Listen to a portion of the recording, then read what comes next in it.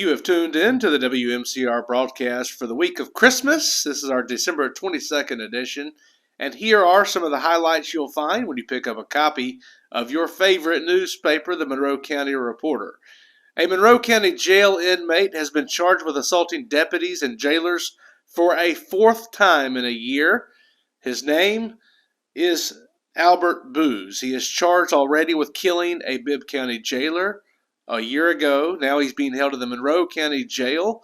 And on December 10th, for the third time in about 9 months, he is accused of assaulting deputies as they delivered his breakfast on the 10th of December. He threw his food at Deputy Tabitha Kent, and then he assaulted Justin Weaver, gashing him and also bruising his elbow. Deputies were able to take him to the ground, ended up tasing him to regain control. Sheriff Brad Freeman tells the reporter that Booz is in solitary confinement until he can learn to behave better. Freeman noted that Mr. Booz has already been indicted on 2 counts of assaulting a jailer, which will soon go to court, and he hopes he'll be able to send Mr. Booz into the state prison system while he awaits a trial for those murder charges in Bibb County.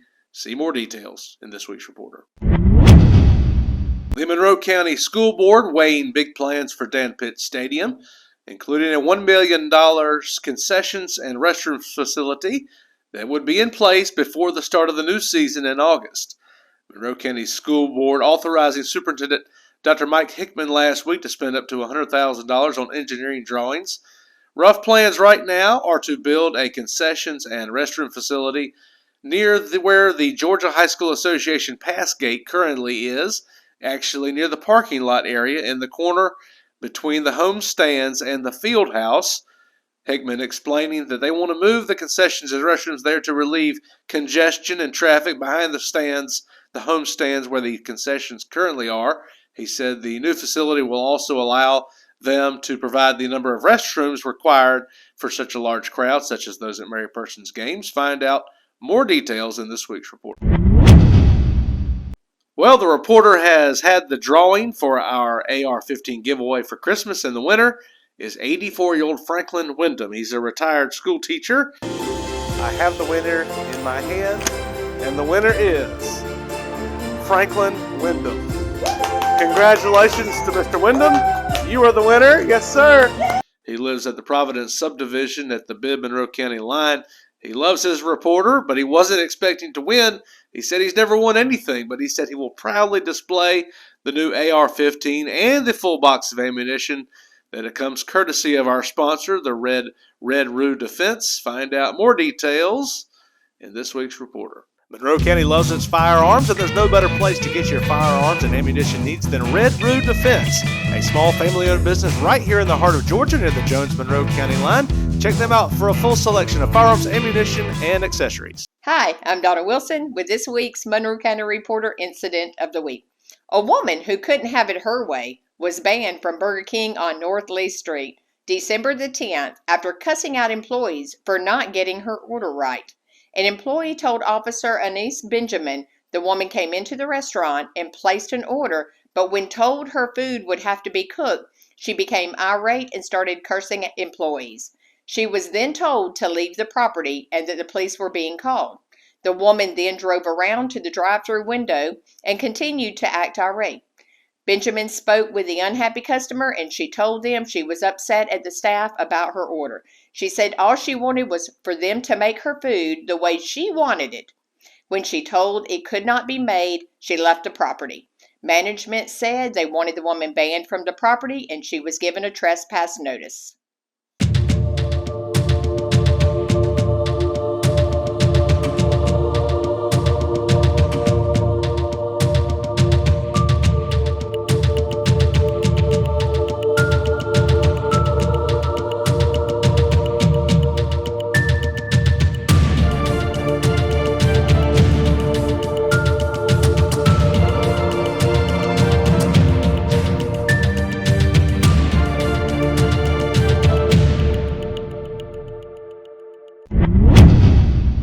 Yes, that's right. Fake news has entered the lexicon in American culture, and for good reason. There's a lot of fake news. You won't find any fake news in the print edition of the Reporter. We try to get it right anyway. But in this video broadcast, every week, just to keep it fun, you'll find a fake news story. It's your job to figure out which it is. We'll find out how well you detect truth and lies. So post it on the comments below. What is the fake news story? Tell us below.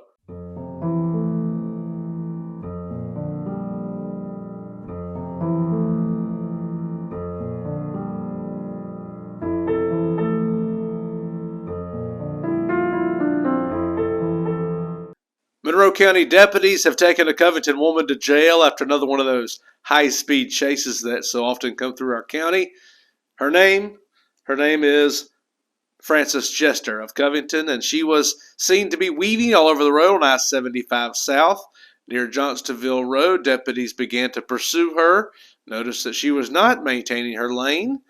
Finally, around the Pitt Road exit, she was pitted, where they tapped the back of her car to try to spin her off the road so they could talk to her. She did stop temporarily on the exit ramp there at Pitt Road, and then she floored it and went back on the interstate, where she had to be pitted again and was finally stopped and apprehended and taken to jail for DUI and other charges. See more details in our Chase of the Week in this week's Reporter. Hey y'all, it's Tammy Raffrezeder with this week's Spotlight on Business. It's something different, all right. Located in the old Little Piggy restaurant at 866 Indian Springs Drive, Something Different Antiques and More doesn't fill its shelves with glass cases with worthless knickknacks, but with unique items supplied by 25 in-house vendors that most would consider treasures. Owners Christine and Terry Brown are pickers and are always on the search for unusual items they think their customers would appreciate and enjoy. They recently found and purchased an antique hall tree and other items in an old music hall in Juliet and frequently travel after receiving a tip about an interesting item. They've been picking together since they got together, which has been about 5 years now. Christine said, "We have anything and everything you can think of. If we don't have it, we can get it." Vendors at Something Different Antiques and More are currently running Christmas specials, including 50% off on ornaments and 20% off on Christmas items. For more information about their products or being a weekend vendor, call 478-957-9275. Hey Monroe County, if you're planning a wedding, a big event, a corporate Christmas party, we have the place for you. Our friends at Macon Tent Rentals, Jeff Holloway and his team are Monroe County residents, and they are the best. They are the top of the pack when it comes to tent rentals and preparing for the equipment for a big party. Tents, tables, chairs, lighting, dance floors, staging, pipe, drapes, cooling units, linen, cafe lights, just to name a few.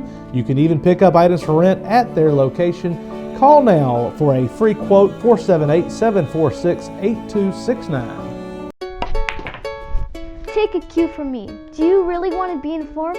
Subscribe to the Reporter and do it today.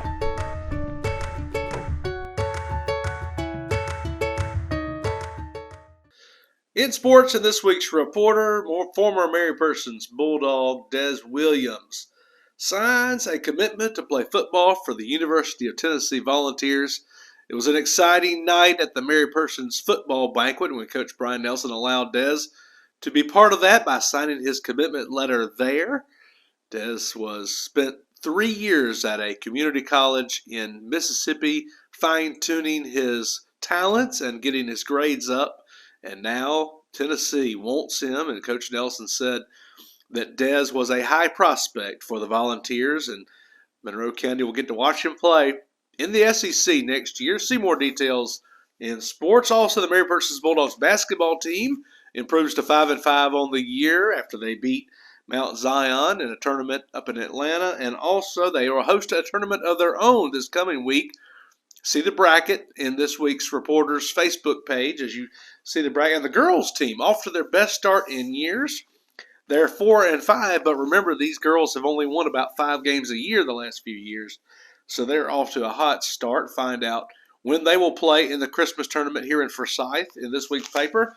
And also a Monroe County girl, Emma Jordan, a freshman at Stratford, was named All-Region with the Stratford softball team.